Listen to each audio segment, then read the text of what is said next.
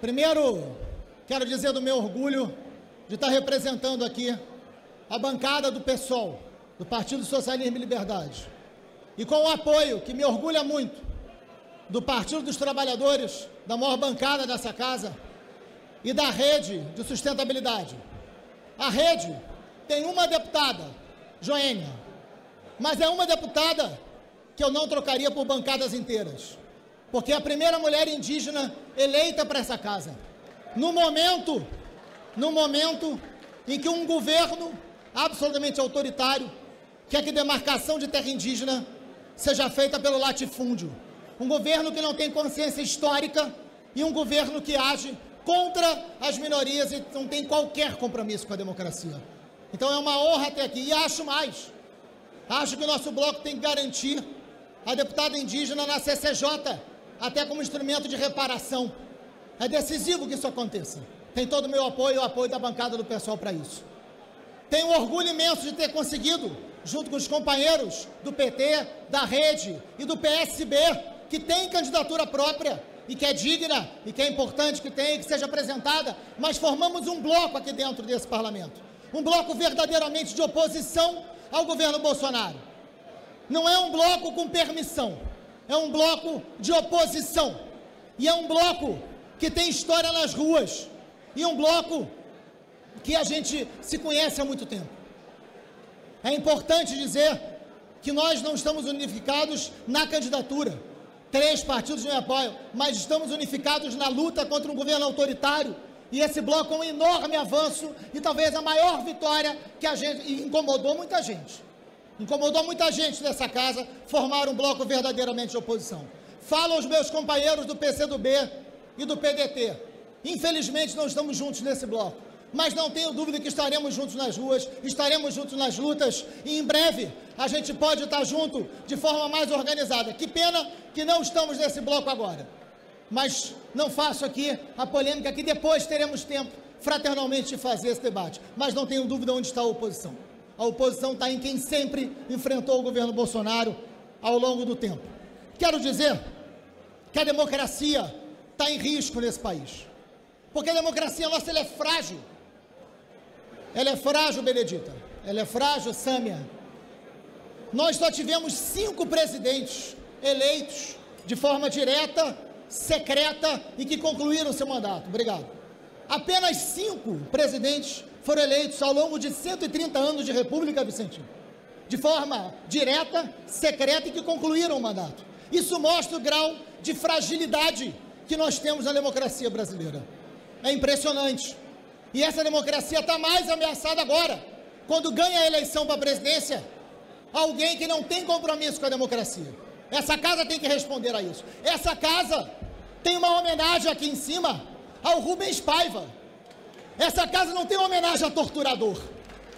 Essa casa homenageia Rubens Paiva para que a gente tenha memória, para que a gente não esqueça que em qualquer regime autoritário, o primeiro lugar a ser fechado é o parlamento. Então o parlamento não pode deixar de ser independente. O parlamento não pode estar agachado por um governo autoritário, porque ele é o primeiro a ser fechado diante das medidas que esse governo pode vir a tomar.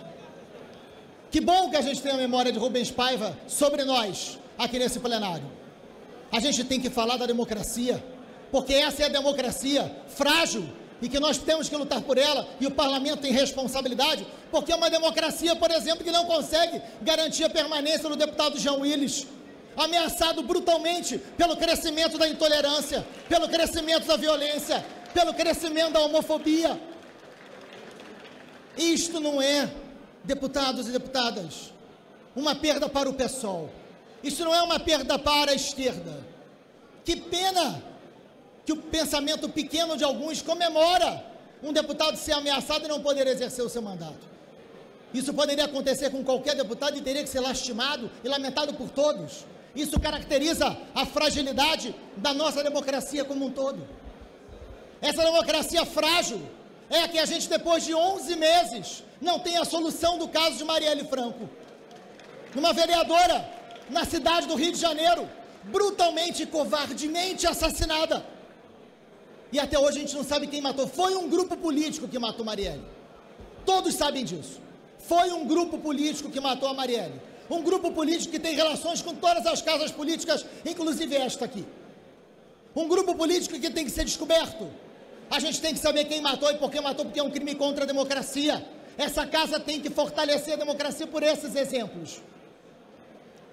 Se Marielle incomodou esse grupo político, foi capaz de matá-la, se não descobrirmos, isso pode acontecer com outro deputado que pode não ser de esquerda. Pode acontecer com um juiz, com um promotor, com um jornalista. Por isso é um crime contra a democracia. Não que a vida da Marielle valha mais do que a vida de qualquer outro. Esta democracia em crise é que a gente tem que priorizar nessa casa. O próximo presidente dessa casa tem que colocar como pauta fundamental a defesa da democracia, tem que resgatar a Constituição de 88, tem que resgatar o espírito da Constituição de 88 e colocar o enfrentamento à desigualdade social como pauta primeira. É por isso, senhoras e senhores, que não dá para aceitar que venha para essa casa uma reforma da Previdência que, por exemplo, fale em idade mínima, como se as pessoas vivessem igualmente nesse país. É o 9º país mais desigual do mundo. 9º país mais desigual do mundo. Os 10% mais pobres do Brasil vivem abaixo da linha da pobreza. É desse país que a gente está falando. Com essa desigualdade não tem democracia. A democracia não é um instrumento só para nos dar mandatos. A democracia tem que ser um instrumento para garantir a vida das pessoas. Nós vivemos diante de um genocídio da juventude negra. Nós vivemos diante do feminicídio brutal que cresce a cada momento. Que bom que nós tivemos o maior crescimento da bancada de mulheres e chegamos a 77, o que é a maior bancada dessa casa. Nenhum partido tem 77 deputados e temos 77 mulheres, que eu espero que sejam priorizadas e que tenham espaço político e que é compromisso nosso, para que aqui dentro seja um lugar para se combater machismo, para se combater feminicídio, para se relacionar mulher com poder. Porque é aí que a gente enfrenta o machismo, é quando a mulher chega no poder, não tem outro caminho. É muito importante a gente dialogar com os mais novos dessa casa, para dizer que os mais novos não têm que chegar aqui e seguir a sequência do que já vem sendo feito aqui, questionado por muitos de forma digna. Mas os mais novos têm que ter espaço. É a maior renovação da Câmara desde 1990. É importante que esses que estão chegando tenham espaço de construção. Mas essa casa tem que dar espaço também para a sociedade civil. Essa casa tem que ampliar a capacidade das audiências públicas. Essa casa tem que ampliar a capacidade da participação popular, e esse é o melhor caminho da transparência. A gente tem que ter transparência nessa casa, que é o grande caminho para enfrentar a corrupção, que é sim uma prioridade nossa. Mas a gente tem que garantir que a sociedade civil venha para cá, participe. Aliás, quero dizer, senhoras e senhores, que se essa casa tivesse recebido mais vezes, tivesse conversado mais vezes com movimentos de atingidos por barragens, ou tivesse recebido esse movimento social mais do que o dono da Vale, talvez a gente não tivesse hoje contando corpos em Minas Gerais com a tragédia de Brumadinho. Esse é um projeto de desenvolvimento, esse é um modelo de desenvolvimento que não nos interessa, que acumula riqueza, que acumula terra, que acumula poder na mão de poucos. Olhem a imagem desse parlamento, olhem a nossa imagem. Nós temos que garantir que aqueles que não estão aqui possam vir, possam falar. Esse lugar aqui é para falar, mas tem que aprender a ouvir. Se não fizermos isso, não teremos democracia aprofundada. E diante do governo Bolsonaro, diante de um governo que não reconhece sequer o aquecimento global, que é um atraso, que dá vergonha, um governo que diz que vai acabar com o ativismo.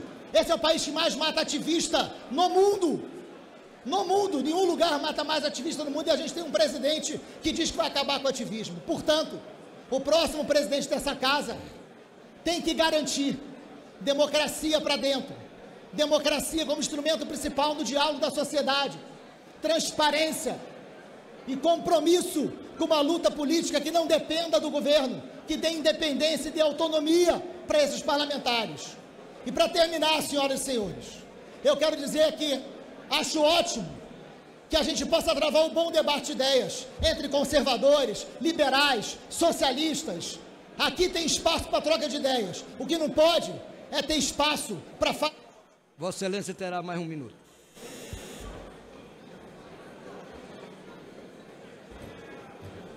A democracia é sim o espaço da diferença. A razão de ser desse parlamento é que a gente possa ser diferente, é que a gente possa pensar diferente, é que a gente possa ter divergências. Isso é saudável, e o presidente dessa casa tem que garantir o direito das minorias, exatamente por entender o espírito maior dessa casa, que é o compromisso com a democracia. Não há problema, desde que tenhamos ideias. O problema é quando o fanatismo cresce e ganha espaço, porque o fanatismo, ele quer eliminar a diferença, ele quer eliminar o outro, ele comemora o fim do outro. Para o fanatismo, a gente não pode dar espaço nessa casa, porque o fanatismo é a contradição da democracia. A gente tem que ampliar a capacidade da diferença. A gente tem, sem dúvida alguma, que discutirmos e sentarmos junto com principalmente quem é diferente. Sejam bem-vindos os diferentes, mas para fanático não pode ter espaço nessa casa, porque contraria a democracia.